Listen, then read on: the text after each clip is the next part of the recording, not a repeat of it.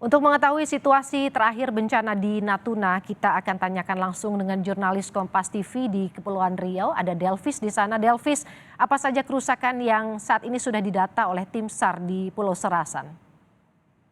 Selain rumah-rumah milik warga di beberapa desa seperti di Kecamatan Serasan dan Serasan Timur yang tertimpa oleh material longsoran, juga fasilitas jalan yang menghubungkan sejumlah kampung juga sekarang menjadi prioritas untuk bisa dilalui oleh kendaraan maupun masyarakat yang memobilisasi juga sedang diupayakan, dan alat berat juga sudah tersedia di Pulau Serasan untuk membantu pemulihan sejumlah fasilitas yang ada di Pulau Serasan. Kemudian juga mengenai selain itu juga tentang listrik, juga saya dapat informasi bahwa tim siaga PLN juga sudah siaga di Ranai. Mereka menunggu untuk kepastian diperbolehkan untuk masuk ke Pulau Serasan, karena memang beberapa hari ini terjadi hujan, jadi dikhawatirkan ada longsor susulan, jadi mereka masih menunggu izin untuk bisa menuju ke spot-spot lokasi bencana. Kemudian mengenai komunikasi yang memang menjadi problem utama di Serasan, di mana kita pihak luar tidak bisa berkomunikasi dengan pihak-pihak yang ada di Serasan. Dari data dari Kepri itu menyebutkan bahwa di Serasan sendiri memang ada 5 BTS. Namun hanya 2 yang bisa berfungsi, itu pun tidak maksimal. Sementara 3 BTS lainnya adalah milik dari swasta. Sekarang sedang diupayakan supaya ada sejumlah BTS yang bisa diandalkan untuk bisa menjalin komunikasi antara Pulau Serasan baik dengan Ranai maupun dengan di Tanjung Pandan sebagai ibu kota provinsi Kepulauan Riau. Kemudian juga beberapa data juga sudah menyebutkan bahwa korban meninggal itu sudah dipastikan adalah 12 orang, yang kemudian 43 orang lainnya masih belum terkonfirmasi keberadaannya. Nah, ini sedangkan jumlah pengungsi itu diperkirakan sebanyak 1.216 orang. Saya mendapat informasi juga ada rencana dari Pemda dan BNPB juga akan merelokasi pengungsi tersebut ke Pontianak karena jaraknya memang tidak begitu jauh, mungkin lebih bisa mendapatkan perawatan atau fasilitas yang lain. Demikian, Nurul.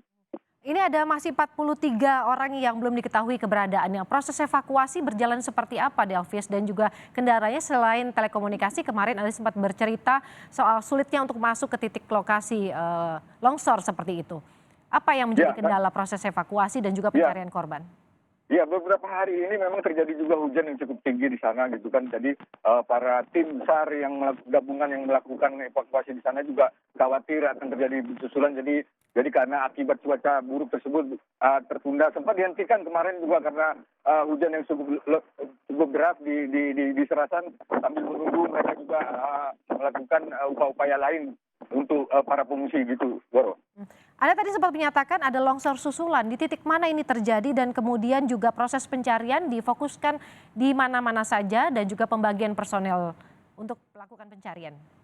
Ya, maksudnya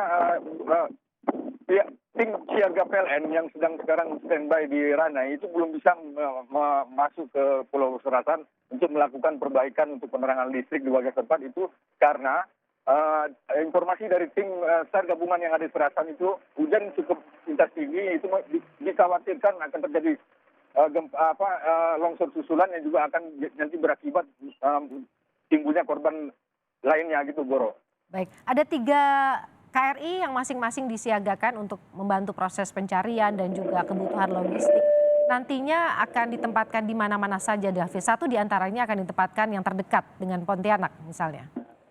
Ya, informasi dari Kormada 1 menyebutkan bahwa bus Purla yang berada di Selat Lampa sudah memberangkatkan KRI Imam Bonjol untuk menuju Selasa kemarin sudah memberangkatkan KRI Imam Bonjol ke Serasan, itu juga membawa sejumlah bantuan sembako juga personil yang akan membantu tim SAR gabungan yang ada di Serasan. Kemudian juga nanti akan menyusul mungkin hari ini juga KM Bontang juga akan diberangkatkan ke Pulau Serasan, juga membawa sejumlah personil yang akan membantu percepatan penanggulangan bencana serta evakuasi.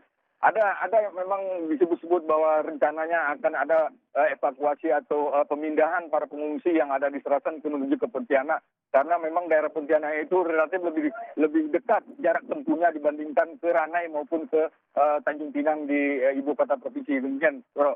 Ada penjelasan. Kemudian gini, Baik. ya. Kemudian berikutnya kita bisa dengarkan pernyataan dari Komandan Gus Purla Kuarmada 1. Segera menyiapkan beberapa unsur yang berada di bawah Komando Guspurla Kuarmada 1. Tadi malam KRI Bontang segera kita tarik menuju ke Selat Lampah ini untuk bergabung dengan KRI Mambonjol, menyiapkan diri, mengisi bekal ulang dan juga menyiapkan hal-hal yang diperlukan untuk pergerakan ke Pulau Serasan.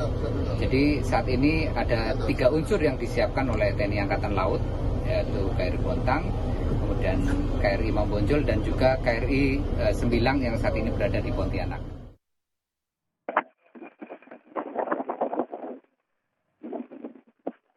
Delvis.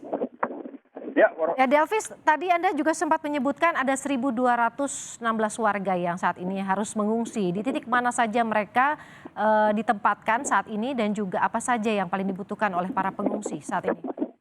Ya, mereka itu ditempatkan di pos PLBN, kemudian juga ada beberapa sebagian juga di puskesmas yang ada di Serasan, kemudian juga ada di masjid-masjid yang ada di desa-desa, kemudian juga ada dilokasikan di SMA 1 Serasan.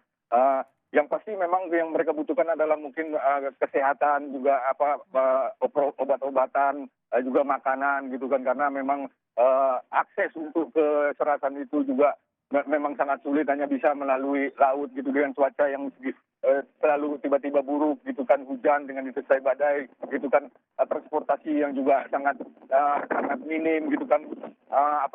Memang masyarakat juga berharap adanya bantuan dari pemerintah daerah segera mungkin untuk tiba di Serasan. Demikian, Woro. Terima kasih Delvis, jurnalis Kompas TV melaporkan kondisi terkini longsor yang terjadi di Pulau Serasan, Natuna.